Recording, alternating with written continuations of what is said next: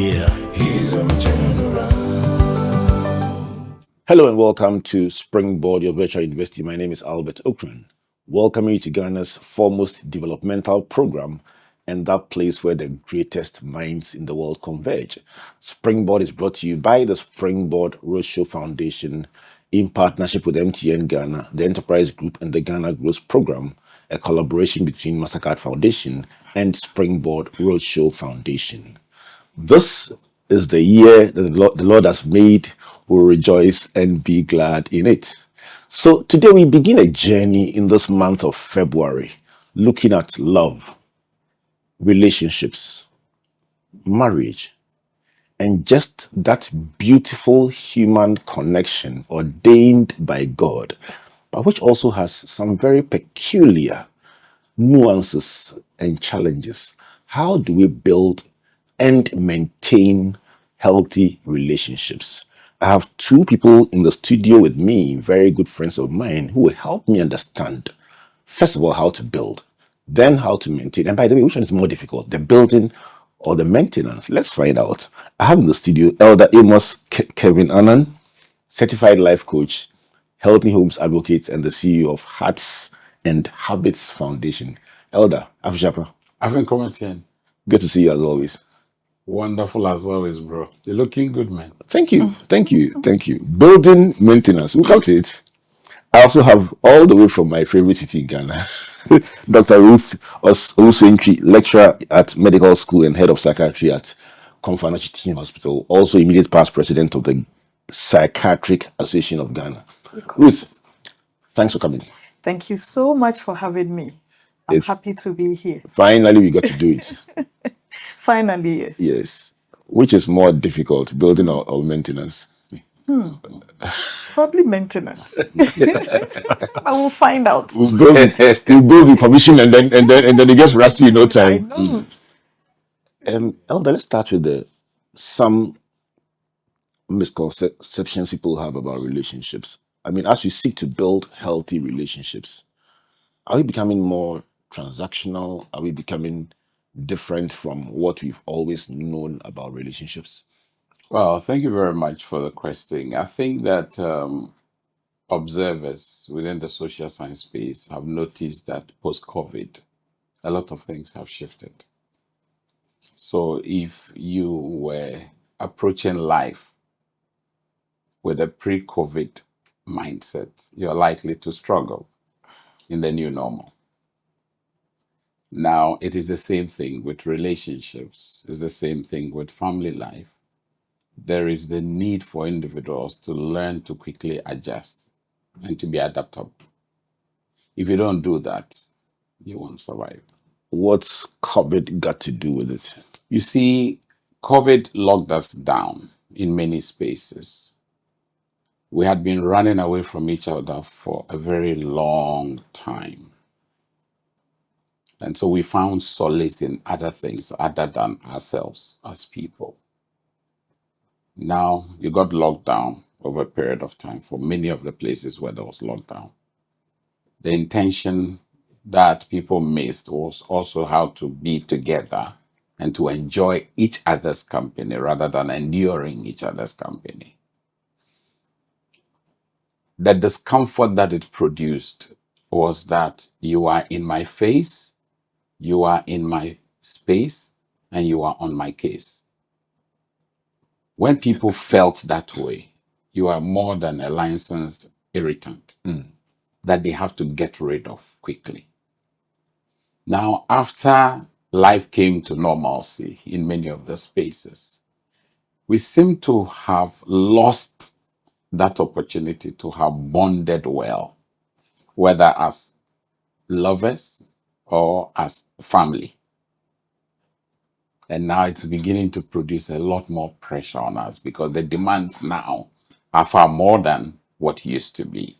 So a lot of online engagement. So you are in your home, you are online and disconnected from the realities of the home. Unless you intentionally decide, I will connect, you will forever be disconnected. I'll come to you for interventions, but let's come to you, Ruth, from the psychiatric point of view and from the cases you see on probably a daily basis, what are people presenting that either confirms or repudiates what Elder Amos is bringing to our attention? So I totally agree with Reverend that Elder that after COVID, there's been a lot of psychiatric issues presenting to us. Many reasons have been given. Some of them are the fact that a lot of anxieties were developed around COVID.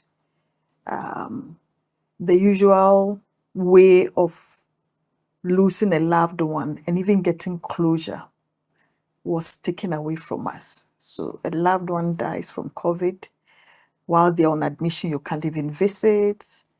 They die.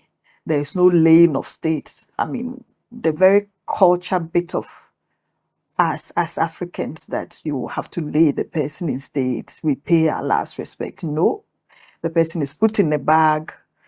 No family members are allowed and all that. Many people did not get closure to the loss that they experienced. People lost businesses.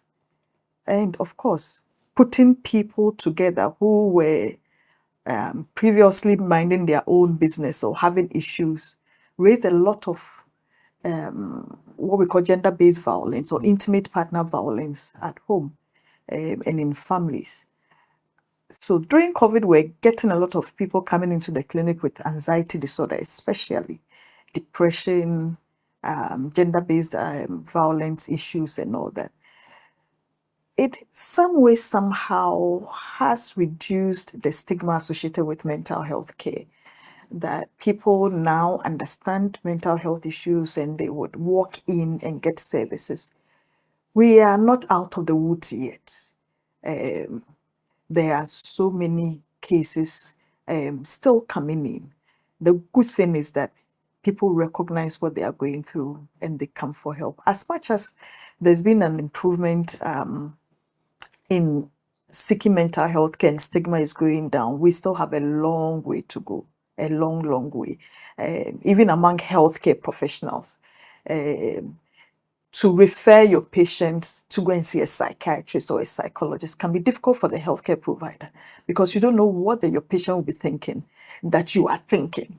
You say, I think you need to see a psychiatrist, and you are worried that your patient may think you are thinking they are mad. And so even healthcare professionals hesitate and take a lot of time before they refer. And so as much as it's getting better, we still are not out of the woods. And COVID has brought a whole lot of rise in mental health cases. I'm hoping that more and more people would be intentional about their mental health. I tell people that we are concerned about our physical health. You get your blood pressure checked. You can maybe run routine labs. How many of us actually get a mental health check at any point in our lives? So you both are subscribing to a before and an after, something that many people would probably have associated with business, with finance, with economics, but not with relationships.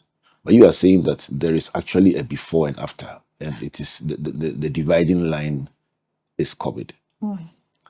You know the song that says things are not the same anymore. Yes. So that should be my framework with respect to life in the current situation.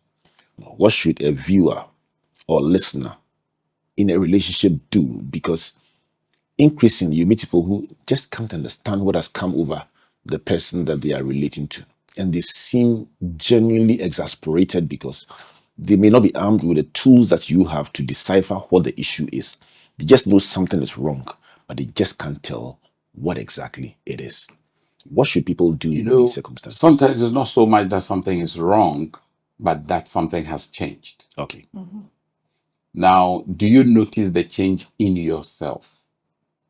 It's probably easier to see the change in the other party. Because it's easier to notice the one you're experiencing. But what about the one you are also transmitting?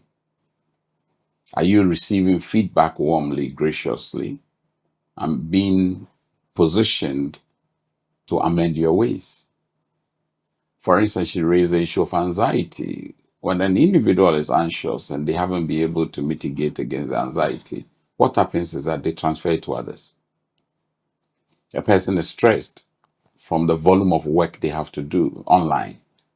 That literally changes the way they engage.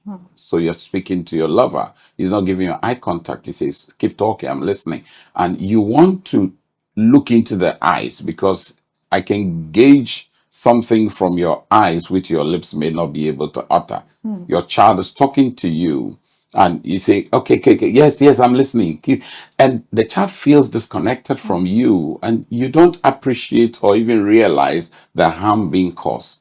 That's why I always caution people that technologies give us two words, fabbing and techno-friends. Techno-friends is where technology interferes in the normal routines and the regimes we have at home. So for instance, you're sitting with your lover and the phone rings or vibrates. How do you respond? Some become anxious. They get agitated, some. Others get annoyed and they would say, you put your phone above me.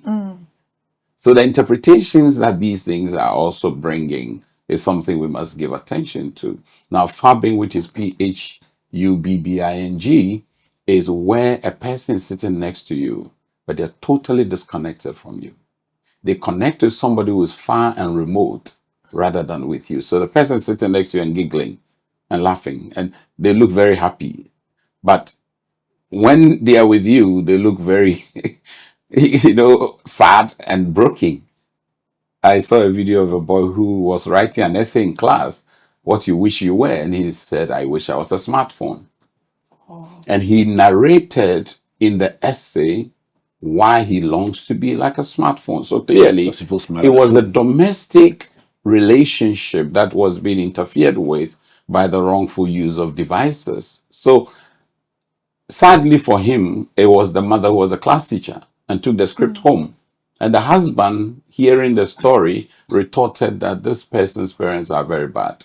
My goodness. Then the wife gave him the script to read, and only now realizing that it was his own son mirroring back their relationship with him. So that's why I'm saying that it's important to notice what you yourself have become. You've become used to your phone. Prior to you were not.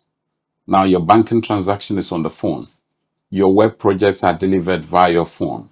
You are getting updates on your phone. You are a social savvy person, social media connected. You almost like you can't get away from it. You don't observe screen Sabbath, for instance. You don't stay away from it from time to time, but you're almost like you're stuck. You wake up the first thing in the morning now is that you pick your phone. Was that how you were? Has your lover or your child raised issues with the device and they feel that they're being now marginalized to the peripherals rather than be at the center of it? Am I your priority? Are you my priority? What else is your priority? And sometimes people talk about third party and they think all third party is face to face or physical. No, there's also virtual third parties. I'll come back to you on that. Doc, having laid this very alarming foundation, what would you, from your perspective, what would be a healthy relationship? I think people should be intentional about forming healthy relationships. What I have seen over the couple of years helpful is to make excuses for each other. Someone wakes up and they are all gloomy and irritable. Don't jump into a conclusion and say that maybe he's angry at me, maybe I am the cause. When you make excuses for people, you deliberately put yourself in a position to decide that I understand what you are going through. I give you some time to get over with it. And I want this relationship to work by all means. When people live with you with that attitude, it's usually healthy. There are lesser conflicts. even if there are conflicts, they are resolved the right way. I tell people that before I became a psychiatrist, you will not be a taxi driver or a trotro and cross me and go scot-free. I would have to park, get out of the car, and deal with you in court. Live Why valid. did you? And indeed, some people will cross you and go further and say, Insult "Pay you. for Yeah. meanwhile they did the wrong thing." And for me, I thought that no, the right thing must be placed at the right place. People who do wrong must be told in the face. Your mother had teacher. My dad always said, "No, I would be a lawyer one day." I have not thrown that dream away. But now, as a mental health professional, I don't blink. Why? You can insult me, however. You can. I just make an excuse for you. You probably are having a bad day. It's not about me. It's probably where you are coming from, who you just This met. was- You've seen the person. Yes. The person has done something Yes. directly impacting you. Yeah. And your mechanism for responding is to say, even though what you are doing is at me, it's not even about me. It's most of the time not about you. Wow. And Could this be a It's- difference maker in relationships if they saw things that way? yes, it's been very helpful because you don't get bitter, you don't assume, you make peace with This yourself. helps us to understand this for the benefit of the listener and the viewer. Yeah. So the Aisha Mahoba, but it's not about me. Most of the This time. helps people to understand because very often when people get extremely agitated about something and they're trying to explain it to you, and you are smiling and saying, take it easy, they say, you don't understand. Do you know what she said or he said? And you are saying that person could be so irritated about something Yeah. and can take it out on you without even realizing that it is you they are dealing with. Exactly, Reverend. You see, when you get stressed or worked up at any or burnt out, either at work or at home, it translates to all your relationships. And one of the things we are talking about aggressively now is that people should check their stress levels. They should make sure that they don't get to the burnout stage. This is because if you get burnt out at work or at home, wherever you move, it becomes like you become a transmitter of your burnout. You transmit the bad energy to the people around. And so somebody is coming from work, comes home, seems everything is fine. The little thing you say, if they have been overly stressed at work, that joke you have always passed, That particular day. that particular day is no longer a joke. Ever. Ever. I was talking to someone, he said that the wife left. And the wife's reason is saying that is that you don't seem appreciative of my structure anymore.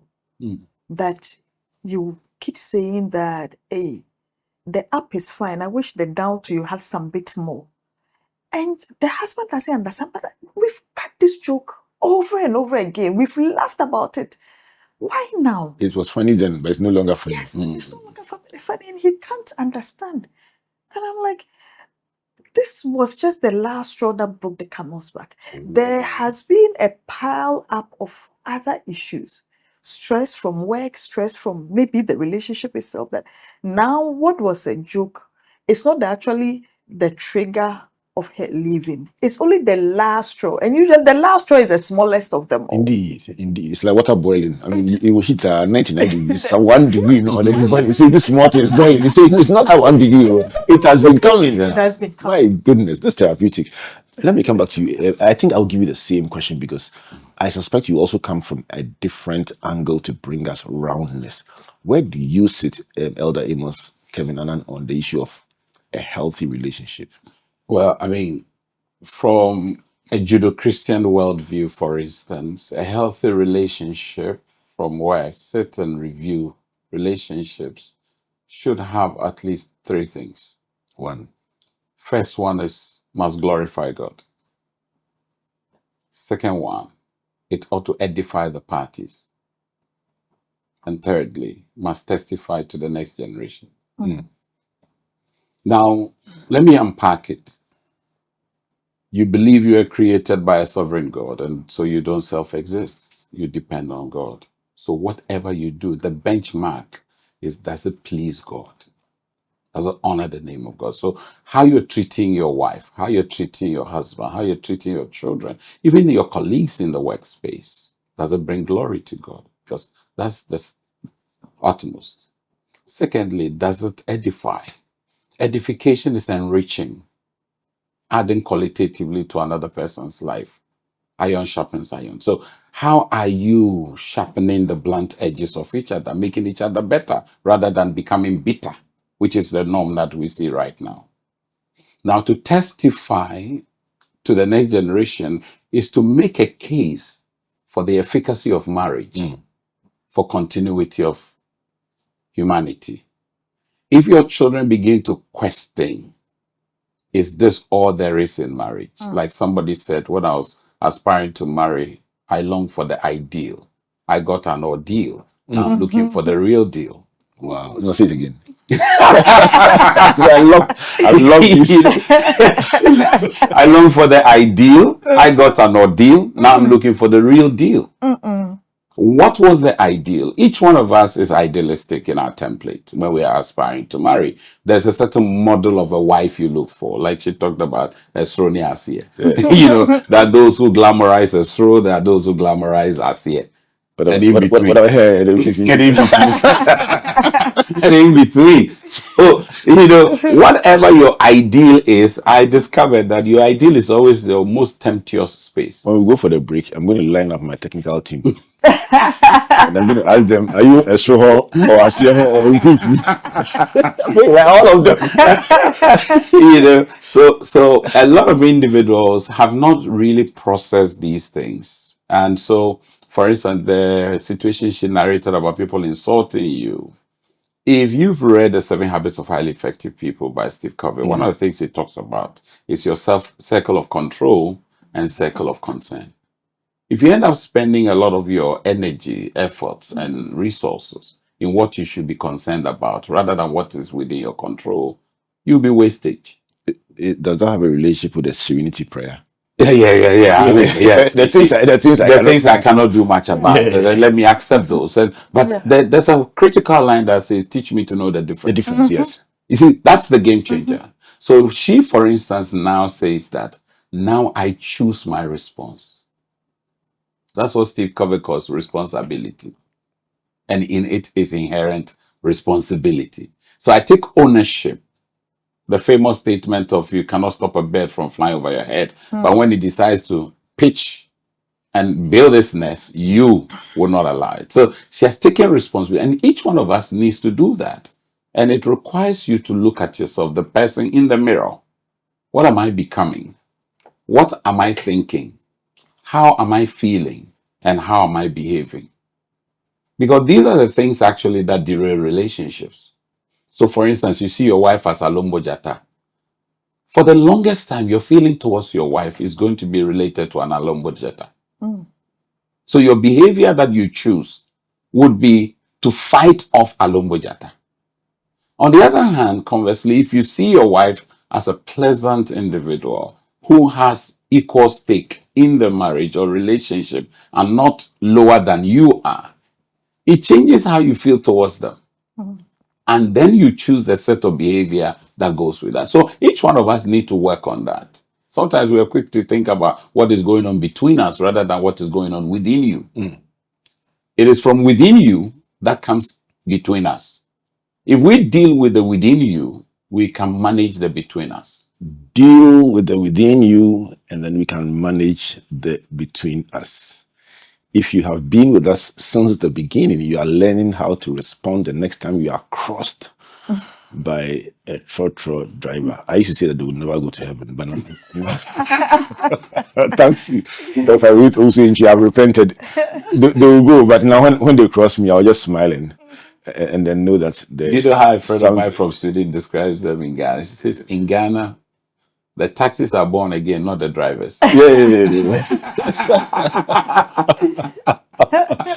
So if you have just joined us, my guests, Elder Amos Kevin-Annan and Dr. Ruth Owusu-Antwi, they've been trying to help us to understand how to build and to maintain healthy relationships, starting first with the disruptions caused by COVID and the implications for our relationships today. Some very, very revealing perspectives on that matter. Now we understand the before and after, and know that something you are seeing may have nothing to do with you, but may be impinging you in real time. So pause and ask God for the serenity to accept the things you can't change, the wisdom to change the things you can, the courage to change the things you can, and the wisdom to know the difference.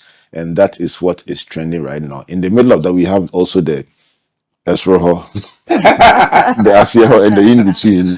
And then the real deal, the ordeal, and the ideal. Or is the ordeal and the real deal. And the real deal. Listen, this is real. And if you are listening or watching, call a friend to call a friend to call a friend. Let's talk the tough, hard issues. When we come back from this break, I'll be asking them, cash or love? I threw that question to the Valentine program at church last year, and I had some very seemingly unchristian responses. But I'm going to ask these two experts, will you go for the love or will you go for the cash? And I'll tell you which group voted for the love and which group voted for the cash. You may start guessing by now which group it was. But this is Springboard, your virtual university, brought to you by the Springboard Rotary Foundation and proudly partnered by MTN Ghana, the Enterprise Group, and the Ghana Growth Program, a collaboration between MasterCard Foundation, Springboard Rotary Foundation, and our numerous partners. Let me give you the enterprise advantage tip for the day, which I know Ruth will be smiling at. What do you do if you lose a loved one at home? She mentioned the disruption of losing a loved one and being so exasperated, not knowing what to do, who to call, where to turn. The first person to contact is a disease medical doctor and the Ghana Police Service. If the cause is unknown, the police will have to be informed to issue the coroner's papers signed by a magistrate, which authorizes an autopsy to be done, and you can contact Transitions for help or to guide you through that process. This is brought to you by the Enterprise Group.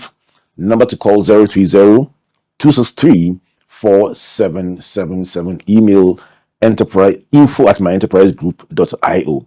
Enterprise, your advantage. If you're a young person collaborating or contemplating opportunity in the agriculture, agribusiness, and ATV space, just call the Ghana Growth Call Center and you will be guided or pointed to some exciting opportunities. And the number for the call center, 030-8255-775. When I come back from the break, I will mention one person in agribusiness, the ATV space, one young person, and just promote their business for free. And I'll do that for a while, just to give young people some space to grow and operate, because this is their country. They must do well in this country. And this is my small contribution. So every day, every Sunday, when we convene in the virtual university, I'll select one young person and just blow their business for free. And I think it will be a small but very useful contribution. What do you think? Yeah, it's worthy. Yeah, so I've put it on Facebook. Just send it. Once you verify that it's real, we'll just boost it for you. Who knows? Who knows? Let's go for a break. When we come back, is it cash or is it love? Please don't go away. Whether it's 1924, 2024, or 2124, we've always known that you are driven by your sense of safety and well-being. It is what drives us to see you through from start to finish, from small to big. And in the last 100 years, as you have evolved, so have we also expanded to serve you in many ways. From cradle to grave, with expertise in insurance, life, pensions, properties, health, and for those beautiful, memorable goodbyes. It's 2024, and in all our markets, our pedigree is recognized, our strength respected, our expertise valued, and our solutions sought by all who desire an advantage in life. Experience the time-tested and truly trusted 100 years legacy of Ghana's oldest insurer. Take charge of your future now. Insurance, life, pensions, property management, funeral services, health insurance. Enterprise, your advantage. Welcome back to Springboard, your virtual university, and to this conversation about healthy relationships, how to build them and how to maintain them.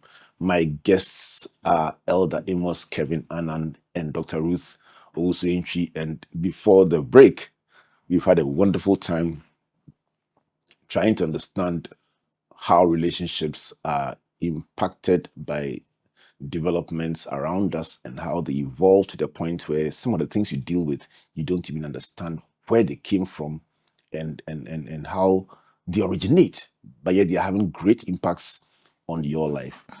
During the break, as promised, I had a conversation with my technical team, and I'll tell you shortly why Esroho was the runaway leader in the unscientific poll. But I promise to also give you a young business that you should focus on for today. So today, I choose to tell you about the top I'm wearing, done by a young lady running a business called Fugu Plus. And I love it because she's chosen to use the Northern Smock as a theme and build simple fashion pieces out of it and modify them her own way. Her name is Abi Awuni, and her business is Fugu Plus. Find them on all social media handles and patronize her business. Incredible young lady. And let me put in a disclaimer. I paid in full for what I'm wearing. I always pay for what I buy from friends because I insist on paying in full just to support their businesses. And that is a principle I always uphold. So I'm not promoting this for profit. I'm doing it because I believe in the business and I want her to do very, very well. So Abi Awuni, this is for you and your business Fugu Plus. Find them and buy from them. If you want yours to be mentioned next week, please write it on the social media handle Albert N.E. Okran, and let's have a conversation, or Ghana Grows or Springboard, and let's talk about your business. Okay, so Doc and Elder, you saw it. Esroho won by a wide mile.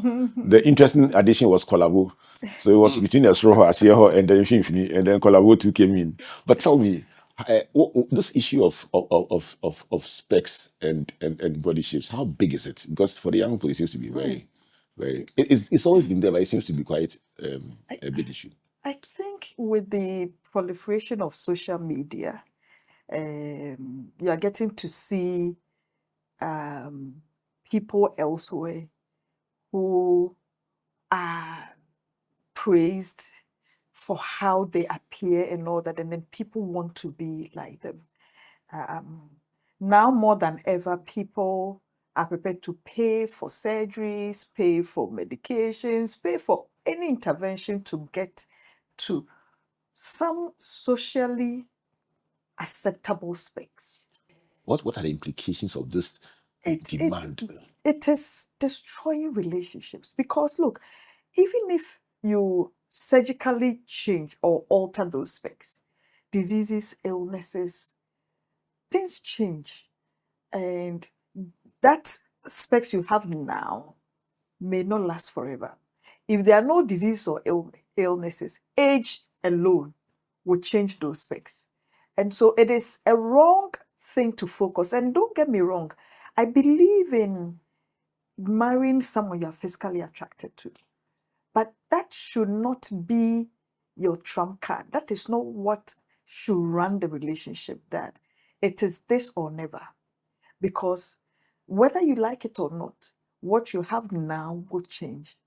And so I believe that the focus should be something that is more long-lasting, that is more everlasting. What if somebody argues that, Elder, that get what you like and enjoy it while it lasts? What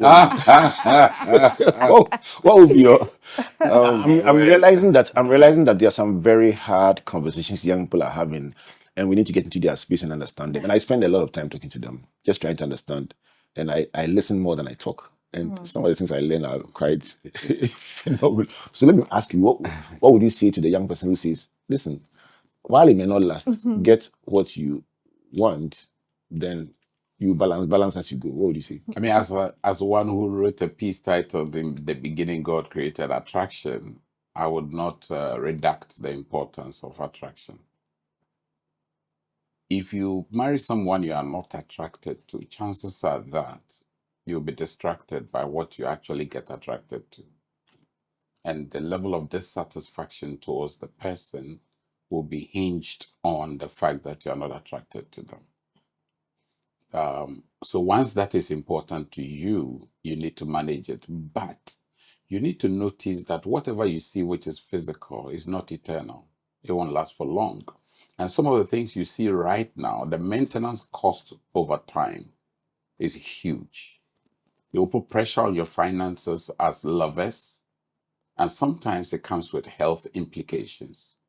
And we usually underestimate that bit, only for us to get in and forget the maxim in America, buyer beware.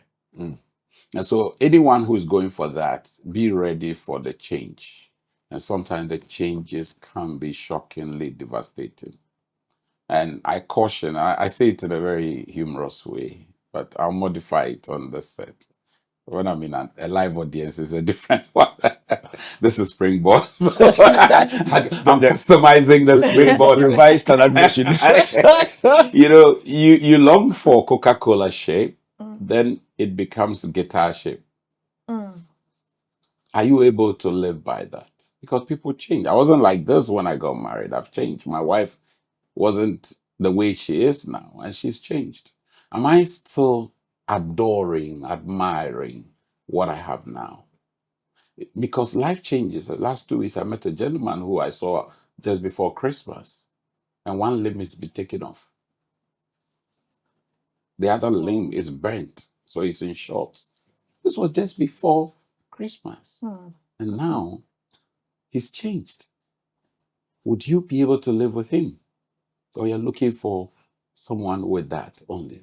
So it's important that we are measured. The ladies in particular under pressure to do this liposuction and all those kinds of things. It's unfortunate. I remember I was reading a piece on BBC a while back where in South Africa, for instance, young people were suffering bulimia and anorexia. They sit in a meal with family and go out and put their hands in their throat and throw it out because they want to look a certain shape. What they forget is that these models and celebrities you see have all kinds of coaches, including dietary specialists who manage the things they take. They have special access to medical care. You don't have it. Why measure yourself by their standards? They are in that category. They can afford it. You cannot. So now you have to, this shortcuts. And now they say life without suffering, life without sacrifice. And so you make no sacrifices to be able to save one life. It is sad. And the young men, potency now is driving them. Performance in bed. So all these aphrodisiacs all over the place.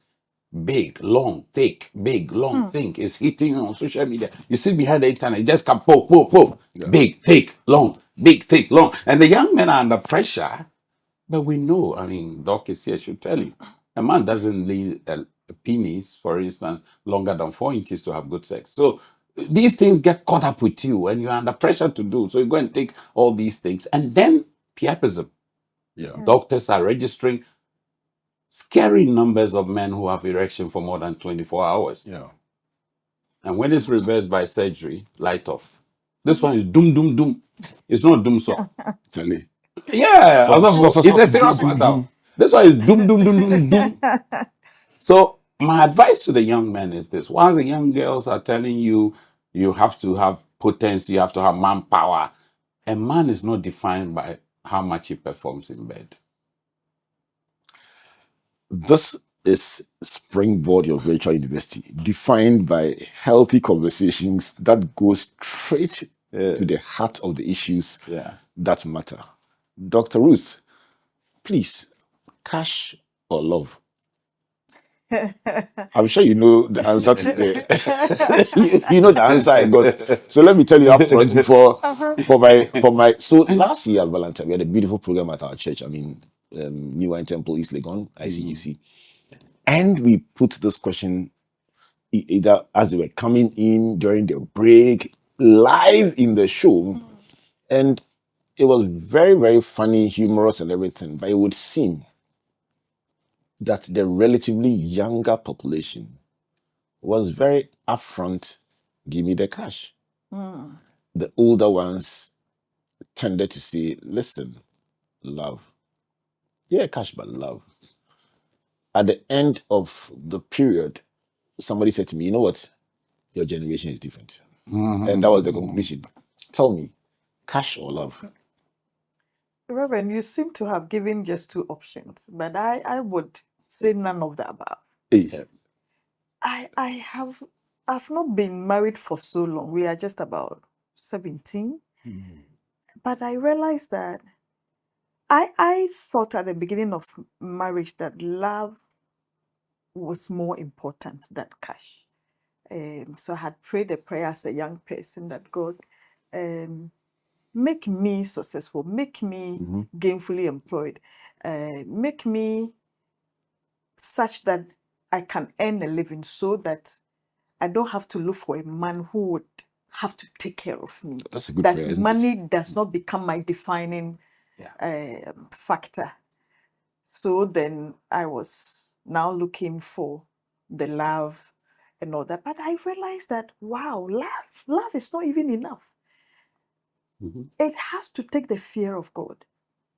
Because you may be tempted to think that once you love each other, you're going to have a smooth, problem-free relationship or marriage. That is a big misconception. There are people who love each other to bits. They still argue. They still have problems. They still have headaches over each other's behaviors and all that. It takes the fear of God to say that whilst we were yet sinners, Christ died for us. That in your shortfalls, in this thing I have talked about over and over again for 17 good years, I've been complaining about this. I still want this relationship to work. I still love you. I still want you to be with me. And that becomes difficult. But as Christians, for me as a Christian, that has been what has helped me to be like Christ. That when we were at our worst, whilst we were yet sinners, he did not wait for us to repent. That is when he gave the priceless gift, his very life. And so don't wait for the other person to be good, to love you, to have money before you give your all. And so for me, it is neither love or money. So it's a collabo. It is about the fear of God. It's not even a collabo. However, it is good that there is money. It is good that there is love. And the song is what? I think Odoka Krasikaka. Yeah. It's good because poverty is a disease. It brings, it heightens your stress levels. It brings a lot of, in fact, when you look at diseases, almost every bad disease is linked with poverty. Really? Yes. Many mental health issues, one of the risk factor you will find in the list, poverty, or being born in low income country, is poverty. So poverty is not good. You don't have to be a Christian and be poor.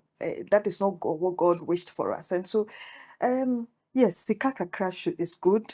And then the love should be there, but they are not enough. Necessary, but not sufficient. Necessary, but not sufficient. Elder. Elder, what would you say? I think that is not an either-or situation. Right. Like she rightly said, a bit of this and a bit of that. Because I've seen very rich couples who are struggling to even embrace love. And I've seen people who don't appear to have a lot, but their love expression is uniquely exemplary for others. This generation really struggles with the whole thing of beneficial relationships. What's in it for me? What do I benefit from this bond?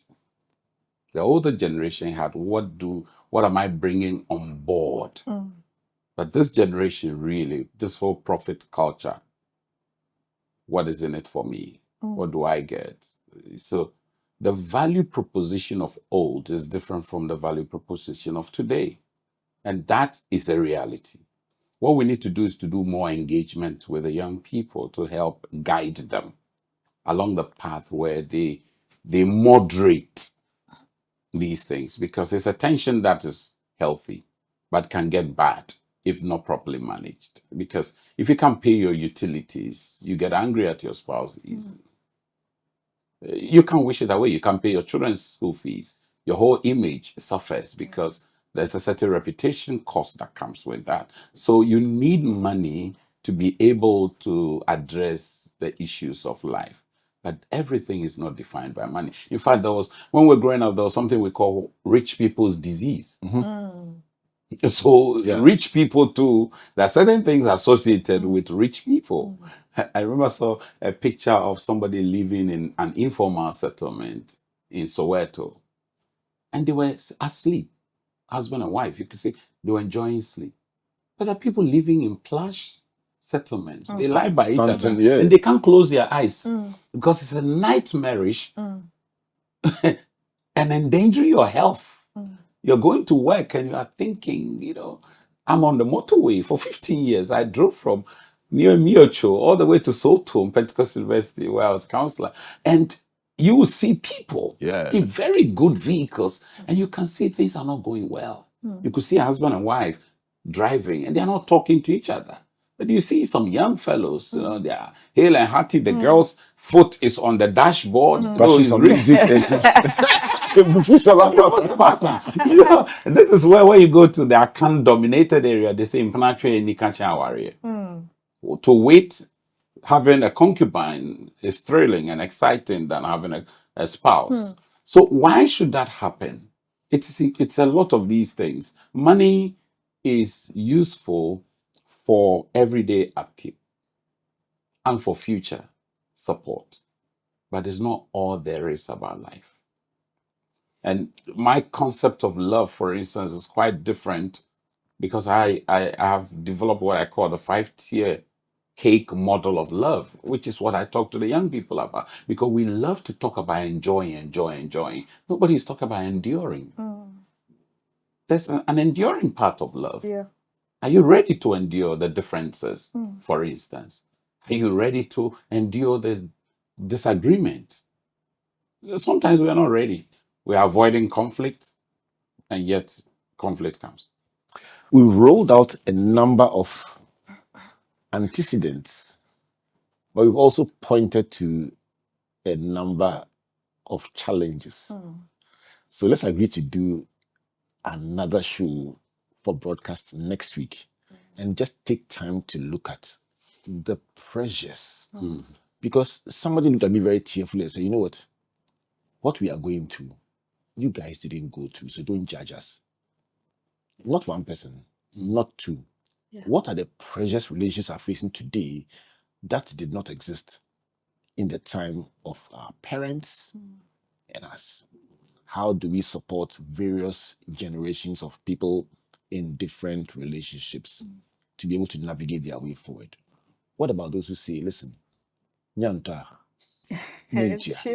how do we help people who say, it's too complex? If I was told, I would have reconsidered. There are some who are saying, nobody told me it was like this. If it did, I would have reconsidered. And then some who are saying, you know what, haven't seen what I've seen, let me stay where I am. How do we help all of them? So let's do a second show. But to wrap this first one, let's talk about a summary of what couples can intentionally do. And that was your first word. Doc, your first word in this whole show was intentionality, a word I'm extremely passionate about. What can couples intentionally do to help build healthy relationships? One of the things I find disturbing or disrupting the normal milieu of relationship is unforgiveness. Let's put it at the back of our minds that we are not perfect. And as much as your partner is not perfect, you are also not perfect. That is not to say it's easy to forgive, but again, you would have to be intentional about it. And forgiving other people does not mean that they were right. Sometimes we think that if I forgive them, I give them the trump card to keep doing what they are doing, or it means that then I was wrong and they were right. No, forgiving people says means that I choose to not let you pay for your wrong. I choose the peace, my mental health, my physical health over this mishap in this relationship. And I think that if people are being forgiven, there will be a lot of peace in relationships. There will be people will live in better mental health, which will translate into their physical health as well. So I'll leave our audience with just that virtue. Find a place in your heart to forgive your partner. Has your professional pursuit defined this principle that you espouse? Yes. Yes, and people have not come to appreciate that when you forgive other people, you set yourself free. You don't release the other person. It is you who benefits most from forgiving. And there are times I get to sit with patients and they are telling me things they can never forgive. And I'm thinking, wow, but I did the same thing to my husband. He didn't think it was a big deal. Or he did a similar thing to me. I didn't think it. What is the difference? You see, is that all? I'm like, yeah. You ask them, is that all? They say, why don't you understand? But you don't want to belittle Yeah. what is their problem. But in your heart, you are wondering, wow, is that all? Maybe it's the last one. Unless it's the last one. Yes. I think that at the heart of forgiveness is also the issue of building trust. It's so important. We live in such a mistrusting setting in the world today that building, enhancing, sustaining trust is crucial. Also, I would say that spouses should learn, and generally lovers should learn that love is not just a feeling, because love before commitment is different from love in commitment. And if you don't know the difference, you think that, oh, why has he or she changed? Because they are going to go through some motions in life. And that also influences the way they respond to love or express love. The last thing I'll say is this: take a step back and invest in your relationship. You see, many of us are rising career-wise. We are doing all we can, getting all the accolades, titles, whatever. But we are not investing in the same way in our relationships. So my friend Dr. Hobson will normally ask, look at the way you are building your marriage or relationship. If you took the same set of attitudes and behavior patterns to your workplace, would you ever get promotion? If you're not going to get, then why do you think your relationship or marriage will work? Trust my guests to leave you with thought-provoking concepts to wrap up this conversation. And one is about forgiveness, and the other one is about trust and investment. I tell you what, next week will be even better because we'll go into those tough questions that everyone is reflecting on, but we are not asking enough about. Let's open them up. Some of the thorniest issues in relationships, some of the challenges and pressures that we can never articulate or voice out in public. Let's bring them up and let's find help so that we can build healthier and long-lasting relationships. This has been Springboard Virtual University in a discussion about healthy relationships, how to build them and how to sustain them. My guests have been Elder Amos Kevin-Annan and Dr. Ruth Owusu-Antwi. You've been wonderful. Thank you. So join us again next week, Sunday, same time, as we open up the aspect of challenges and provide some help. And especially if you are in it and wondering, whether you made the right choice. Next week will be helpful for you. If you're out to and wondering, should I even bother to go in? Let's break it down and let's talk. This has been brought to you by Springboard Roadshow Foundation and in partnership with MTN Ghana, the Enterprise Group, and the Ghana Growth Program, a collaboration between Mastercard Foundation and Springboard Roadshow Foundation. My name is Albert Okran, saying God bless you, and God bless you. Turn around. Turning point. Yeah. He's a